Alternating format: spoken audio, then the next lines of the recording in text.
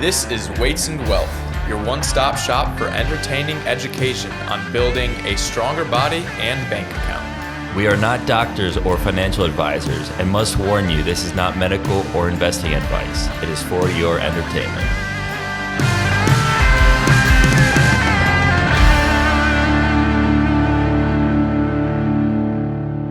Welcome back to Weights and Wealth, the number one podcast for faith, fitness, finance, family, and freedom. We're number one, Nick. Mm-hmm. I mean, we just created that category, but we are. We took that out of the Higher Standards book. Chris and Saeed, thank you for letting us know that no one can fact check that data. So. All right, so this week's shout out is to Stephanie, who is actually my boss and one of the partners at CRI. Wonderful boss, love working for her. And if you're in the Carlson area and want somebody to do your tax return, she's somebody that's great to talk to about it. So she also listens to I think she listens to all of our episodes just because of things that she said to me. Mm-hmm. And she mentioned Sean coming on, calling him the new guy, so I had to tell her who he is. An interloper. What? This is actually one of our guests for this episode. Jack, do you want to come say something? Be good, guys. Whatever that means. All right. Be good. Is that our wealth wisdom of the week? I guess that's our wealth wisdom. No, this week's wealth wisdom it actually came from a conversation that I had with somebody else at work. Because I have experience working at a very different firm than where I'm at now, and he has really only worked here. So he was kind of asking me, like, should I try to like develop other skills in this area because I'll talk about these things with other people that don't apply to our clients, and he's like, I have no idea what those are. Mm-hmm. And I was like, if you want to stay in this, then you don't really need to know that kind of stuff because it doesn't apply to our clientele. But I do think one of the best skills to learn is learning how to learn, and because the more you do it, the faster you get at it. And especially with tax law, not all of it makes sense. I think a lot of it does make intuitive sense. I think a lot of people would disagree with me there. But just being able to find the answer. You don't always have to know the answer, but being able to find the correct answer quickly is one of the most important skills to have, especially in my job. Yeah, and in terms of just being an employee, it's going to make you more promotable if there's like a promotable path in your career and your job. If you're someone that can just go out and find information without having to ask your manager or other people, they're going to think of you as a self-starter and someone that can go to them with solutions and not problems. That's a big thing in the Army. They always like drill you for officers when you're in ROTC or West Point. They're always telling you, always go to your boss or like whoever is in your chain of command. If you're going to them with a question, you better have a solution. Like you want to provide whoever your manager or whatever is with solutions, not problems. Yeah, and that's very similar to my job. So the general path for someone in public accounting is associate, senior associate, manager, senior manager, partner. And at the associate level, which is your entry level, you want somebody who's going to be very good at identifying problems, but then by the time that you're a senior, you should be able to at least have a proposed solution to that problem. Yes, proposed solutions. Should we move on to the intro article? This is a very interesting one. I did, yeah. So I found this article that taller adults on average earn 1.4% to 2.9% more per inch than people who are shorter. So I should be making like $80K more than you. Is that? Yeah. Because I mean, I'm making $1 million, so the 1 point. Yeah.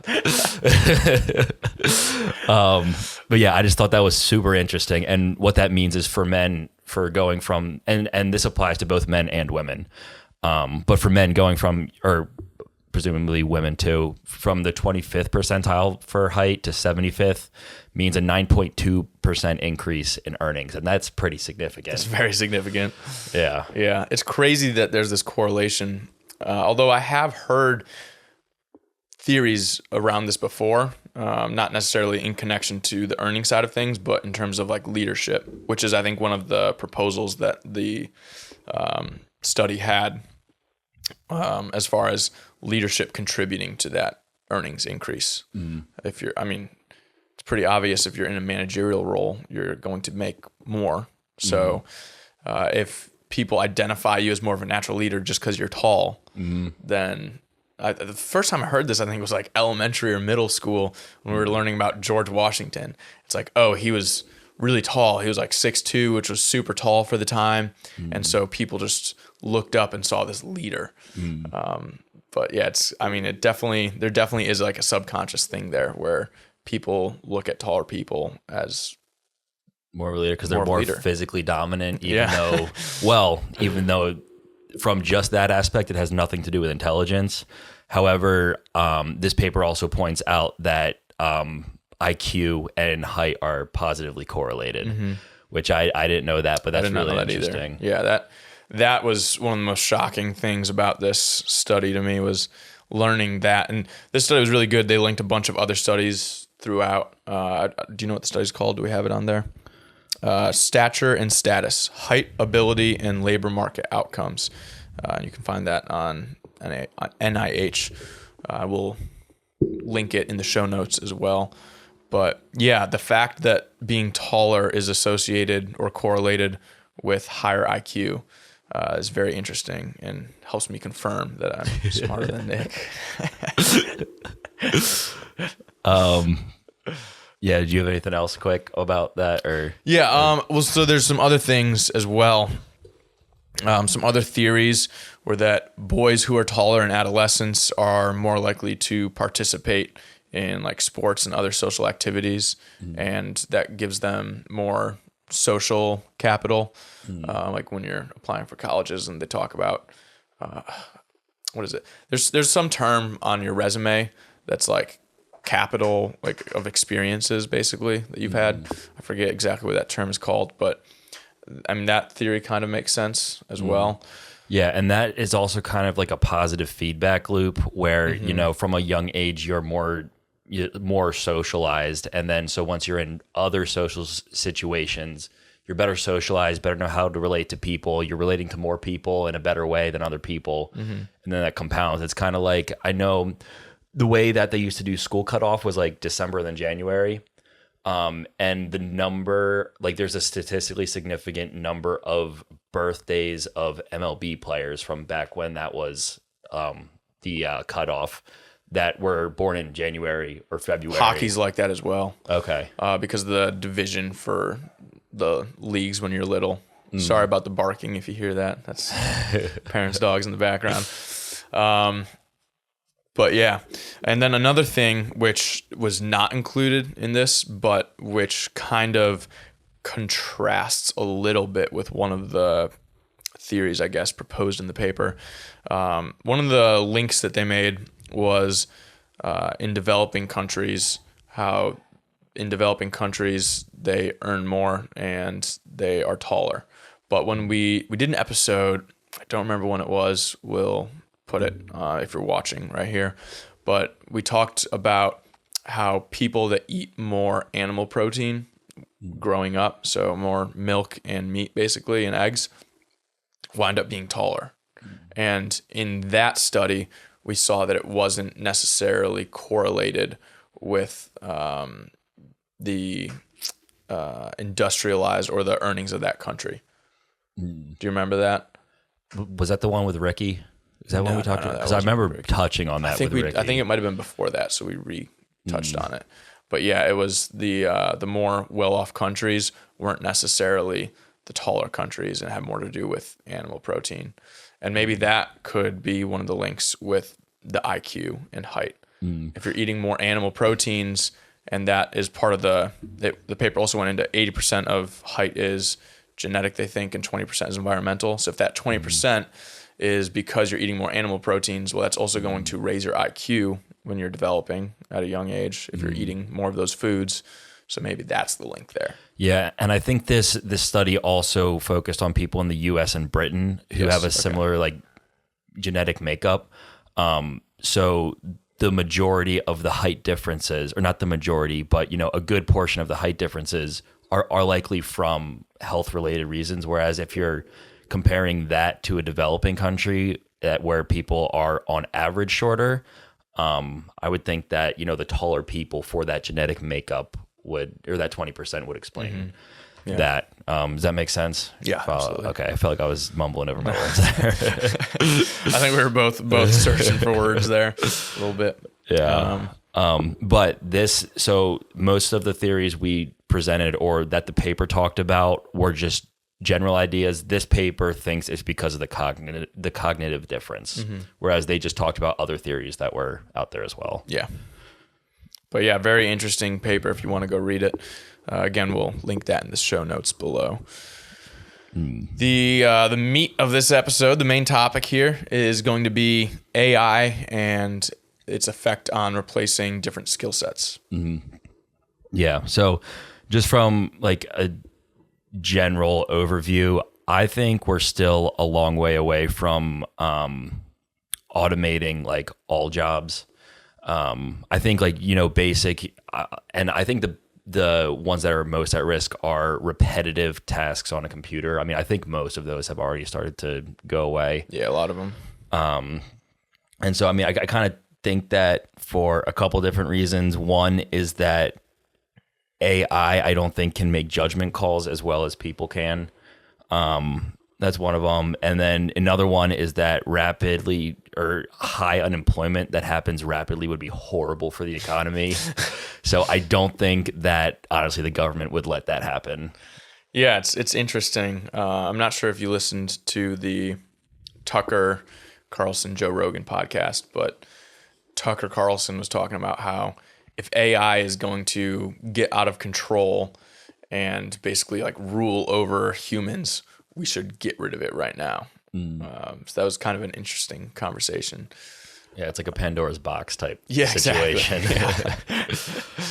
Yeah. But we've got some different demographics from a Pew Research article that goes through what demographics of workers are going to be most or are already being most impacted by AI, and started in 2022 is when they started collecting data on this.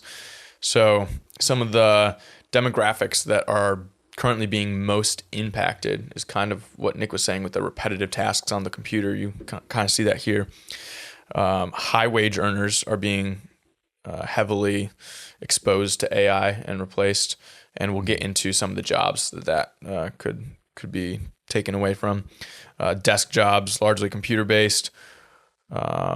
Women, Asian and white people, and people with more education in college. And some of these overlap. So like white collar workers, we're saying, are much more prone to being replaced by AI, and men do more manual labor. So that's why the women is a higher demographic. Same with Asian and white. A lot of times that is more college and more white collar jobs. And more education in college, a lot of degrees that people get that push them into certain job fields. A lot of it's based on the computer, which is going to be replaced by AI. Should we go into maybe more specifically some jobs? Sure. Well, first, I do want to add, so like while it's replacing more educated jobs, I think a large amount of those people will then replace some of the lower skill jobs that are still manual. And I think that's going to be more of your retail fast food. Like, yes, they would be severely underemployed.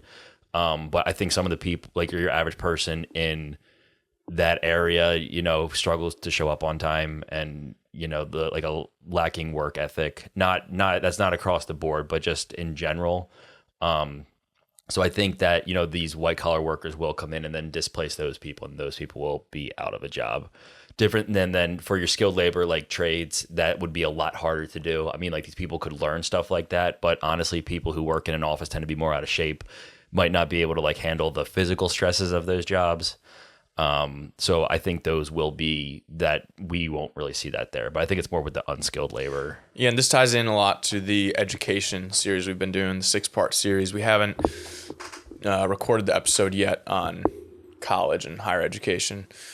That will be probably coming out in July or August, probably August or September actually. But I think we've done 3 parts out of the 6-part series so far, and we've started to talk about how college is kind of going to be seeing a decline. I think you've already seen attitudes shifting where people don't think college is necessarily required anymore for a successful career, which going back to the 70s was really being pushed. And then they came out with, well, everyone should go to college, so now the government will give loans. But I think you're going to start seeing less and less people look at college as the ideal start to a career path. Yeah, because this kind of brings in, I don't know if we've done the decision-making one yet. Oh, we have? That's out, yeah. Okay, yeah. So this kind of is related to that because I don't think a lot of people do like a net present value or like a discounted future cash flows analysis before they go to college. I think that, it's just kind of decided on like, I have to go to college and I'm just going to choose a degree. Yeah. But I'd be very surprised if anybody really does like figures out which path is the best, whether to go to college or not go to college based on like the net present value of your estimated future earnings. Yeah. And going back to the data we have from that Pew Research article, the share of workers most exposed to AI in their jobs, bachelor's degree, you've got 27%. That's bachelor's plus. So bachelor's, master, that's 27%. So definitely people with degrees are going to be more impacted by AI here than people that did not go to college and are in other jobs, which, as we mentioned, a lot more manual labor type stuff. You need robots, not just AI for that kind of stuff. Yeah. And a lot more cost associated with that. Moving on to specific jobs or occupations. We already got into computers, tasks on computers. Computer programming is a big one. You can have AI write code. So I don't really know enough about coding and how that will be impacted. I got to assume you still need people coding, but yeah, or to like look it over, because what I've heard about it is that it can get the job done sometimes, but like I guess that the way that you write the code is also very important, because the amount, like you want to do it as efficiently as possible, I think, and AI doesn't do that yet. Okay. But I don't have a great feel on that just because I'm not in that industry. Yeah, and I know some of my friends that were in like computer programming majors in college. I got 2 friends specifically, close friends that did that in college. And a lot of times when they were doing homework and projects, how they would do some of their coding is go to Google and ask Google how to code a specific thing and find someone else's code and copy and paste that code into their code and change like variables or whatever so that it lines up. And AI can do that easily. So yeah, because that's just a more efficient actually for AI to do that than it is for someone to go on Google and search it. So. Right. Yeah. And then we have accounting on there. A lot of like I think like what's more like bookkeeping, data entry, like that part of accounting is going to be quick to go. Some has already gone, or some of the jobs are already gone. But I don't foresee it being fully automated for a while, given how I receive some information from clients. Like it's like handwritten notes and books are a mess, and just going back through and asking the client questions about what actually happened versus what was recorded on their books. I don't see AI being able to do that for a while. Yeah. And I was also asking you about accounting, because I was thinking when we were preparing for this episode, I was thinking, accounting would be like an easy one that AI would replace.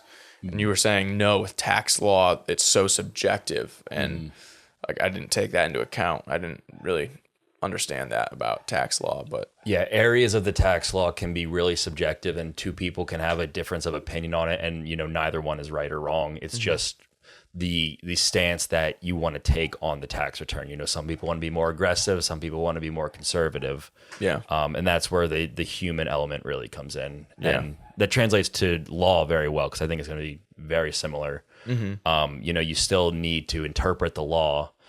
And, you know, people will do that in different ways. It's written by humans and then it's interpreted by humans. Yeah. But then basic things, you know, like, you know, easy contracts, wills, stuff like that, I think will be automated. I mean, they kind of already are going that direction. Yeah. Speaking of wills, Nick and I have had multiple kind of business ventures so far throughout our time. But we had one that was for basically setting up wills that would have you answer a quick survey and then set up a will for you, like, for free. And then other ways to monetize that. But that when we tried to start it, we realized, oh, this is actually going to be replaced by AI. Like, it's someone that was using AI for it would have a much better product. So yeah, and it pretty much already existed by people that had a lot of money, put a lot of time into it, and theirs was free. Yeah, there's a specific company that had a lot of Silicon Valley funding that kind of appeared on the scene after we had like started putting some work into this. It wasn't like a business yet, but the business plan. Then this company kind of came on the scene and they had a lot of Silicon Valley investing. We're like, oh, yeah, I guess we lost this one. But yeah, yeah. They say, what are the stats? Do you remember on how many businesses fail? Within the first year? Yeah. I think it's like 80% or something like that. Yeah, it's like a really high number. So eventually, Nick and I, maybe when we start like our 7th or 8th business, it will be I mean, success. If we're at 10, we'll have 2 that make it past a year. Weights and Wealth is over a year. Yeah, it's almost what is it? I guess a year and a half that we've been putting out episodes, and which this started isn't 3 months before, but a business. If it monetizes at some point, like, I'd be happy with that, but I think we're gonna keep doing it regardless, just because it's like fun to do. Yeah. You want to talk about Barks and Brews at all? Our other venture? Barks and Brews was another one that didn't get off the ground, but we did a full business plan. But something with this, with like Nick and I trying to go into these different ventures, is every time we do it, even if we don't necessarily get the business off the ground, we learn a lot from it. Like just from Barks and Brews, learning about commercial real estate and getting investors and all these different things, like so valuable for the next business we start that has real estate and needs investors that will be so much more prepared for. Yeah, and we have that business plan still written out, so we can, you know, take chunks of that. And what we also kind of learned is that, or what we assumed, we never really tried to go out and get funding, but we were kind of like, we have no experience in the restaurant industry. We were probably 23, 24. Yeah. No one's going to hand us $1 million to start this up. We still think it's a great idea. Yes, great idea. But yeah, it hasn't been. We just haven't done it yet. Maybe in the future, we'll see. One of the other occupations that I think will start to phase out is finance. I mean, with personal finance, you know, with with having a personal financial advisor, I think Robinhood has automated that partly, and there's a lot of other automation that has already taken place with that, especially for people with, you know, an average amount of wealth. But we look at the last episode we did, autopilot. Oh yeah. So yeah, like you just I'm pretty sure you just give them your money and they invest. Yeah, you can select what you want it to follow, and it will automatically, you link your brokerage account. So go back and listen to that last episode we did on politician trading, but we got into autopilot in that episode, and yeah, I mean, we're seeing it there. So yeah. So that's more like the lower end of finance, but even like high finance, you know, we have these high frequency traders. Which, do you know what those are? Like what they do? Like day traders, where they analyze the trends and everything? Yes, but it's all computers. And they're not really analyzing trends. They're more scalping price fluctuations due to supply and demand. So if like somebody puts in a huge order, this thing knows that before everybody else. And just from supply and demand, that price or the price of that stock is going to go up a very marginal amount. And they basically like scalp that very small amount and make these like, they make like tons and tons and tons of trades every single day, and it's a computer doing it. And I hate that that's like a section of the economy. Yeah, right. It's so frustrating that like it's not a productive section, but people make a killing doing it. I mean, the people starting these firms have like high degrees in math. Like they're not finance people. They have these big math degrees from big schools, and they're just probably some of the brightest people on the planet. But in my opinion, it's being a little wasted. Speaking of personal finance, we got personal training. When ChatGPT first came out, and there was this huge rush of people going in and just asking it anything, when that whole craze started, some people were going in and being like, oh, ChatGPT can make me a program. Like personal training is going to go away. Well, I don't think personal training is going to go away. There's so much value in having someone that can teach you and communicate different strategies for weight loss or muscle gain or whatever your athletic performance.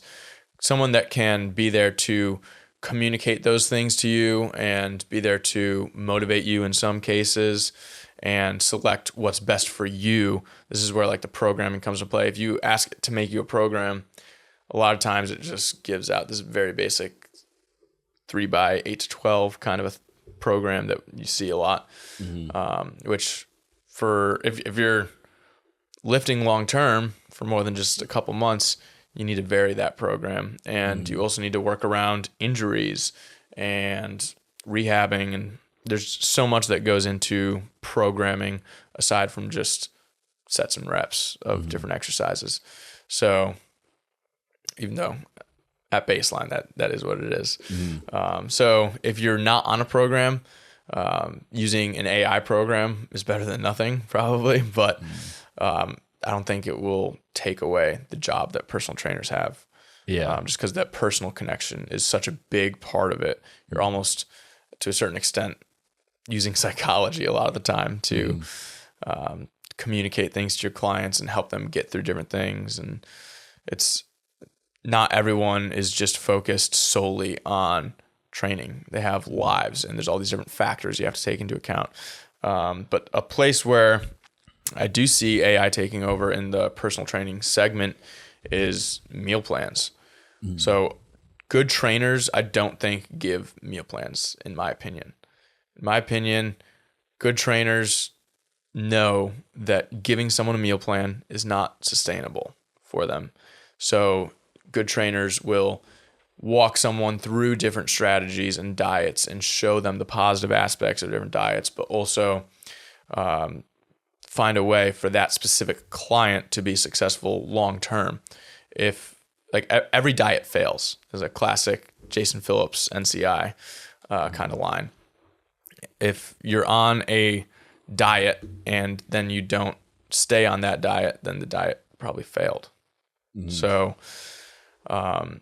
meal plans, I don't think are a good idea. I've never given out meal plans as a trainer. I walk people. It depends on the client. For nutrition, I do a lot of different things, but for people that do want meal plans, that is somewhere where AI can easily take that over from a personal trainer. One of the listeners of the show was in the DMs. This was a while back. This was last year, but was sending us screenshots of how he prompted ChatGPT to give him recipes with specific macros. And it gave him recipes that gave ingredients, like how the steps for how to cook it, and gave the macros too. Like it's pretty valuable for if you want lasagna, but you also want it to have 60 grams of protein.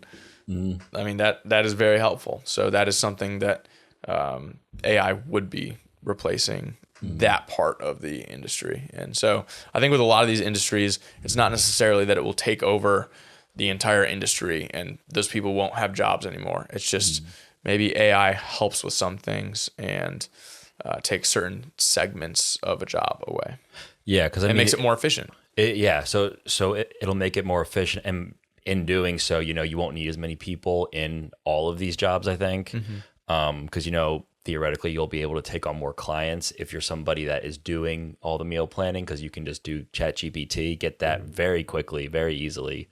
Or if you're I think I'll be able to take on more clients. or if you're an influencer and all you do is give people the same meal plan, well, now you don't even have to come up with the original. You just go to ChatGPT and give it to people and make a bunch of money not doing anything. Yep. But I really think that the jobs that are going to be safe are the ones that are more people oriented. Because, at the end of the day, for the most part, people want to deal with people. Mm-hmm. Like, I know there's like that thing going around. Like, I saw somebody like went to Walmart asking for a paycheck because he did the self-checkout every single time. He was like, where's my paycheck? But I mean, kind of like that. Like, I kind of like going to the person who is going to scan my groceries for me rather than just doing self-checkout sometimes. Yeah. And then, like servers and bartenders, especially bartenders, there's that personal aspect of it rather than like a self-serve bar like that. I don't know. To me, that's not as fun. Yeah, on cruises. So like Alex and I went on a cruise for our honeymoon, and on cruises, a lot of them have this robot bar in like one of the main levels with all the different bars and restaurants. And you'll see a lot of people go over to the robot bar and order a drink, and the arm will go and take all the drinks out of the hanging down from the top and make the drink. And people think it's cool and they take a video of it. But then they don't do it again really after that first time because you want to actually go to the bar and talk to someone because that's part of the experience a lot of the time. Yeah.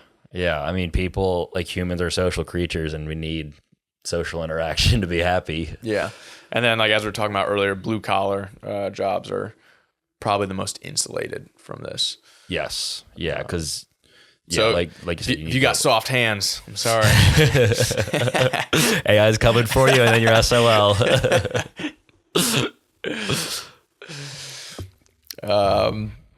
Okay. And then, I guess that's kind of it. Another insulated occupation, some aspects of healthcare, but a lot of that is going to be automated as well as far as like billing and stuff like that. That will not be entirely replaced, kind of like the accounting thing, but to a certain extent, that big kind of bureaucracy side of the healthcare, I think a lot of that could get absorbed, but not necessarily the providers as much.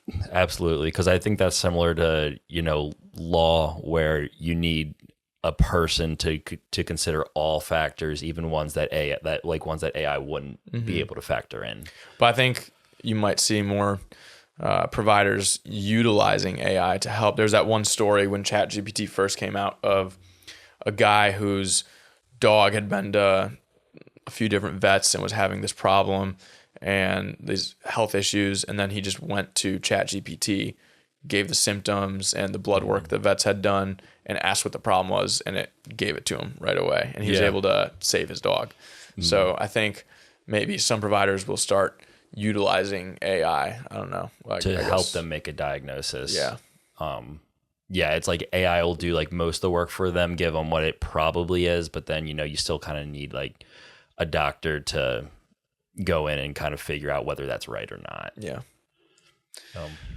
All right. Well, I guess moral of the story here is if you got soft hands, AI's coming for your job. Yeah. And I think podcasting is probably pretty safe. I don't know. You guys want to listen to a robot? I mean, we can be a little, robotic. They can take us with all the hours of footage we have, and they can just make a robot podcast that will sound just like us. That's true. They've probably seen the clips of them doing that with Rogan and other people. Oh, yeah. And like the fake commercials that Joe's never done a commercial for a certain product, but then they have AI use his voice and video to do that. So it definitely is possible. I see some legal issues there, but I mean, I could also see it getting to a point where it creates the whole persona. Yeah. But at the end of the day, people find people interesting. I think you can tell. I think there's like a difference you can tell. And even if you can't really tell, if you know that it is, then you're going to want to listen to an actual person instead of a robot. So. Yeah, right. But all right, we'll see you guys next week. Thanks for joining us today at Weights and Wealth. And don't forget to apply today's lessons to live healthy and wealthy. If this conversation will contribute to your fitness and financial gains, please share it with a friend or family member and give a 5-star review so more people can lift bigger weights and get bigger bank accounts.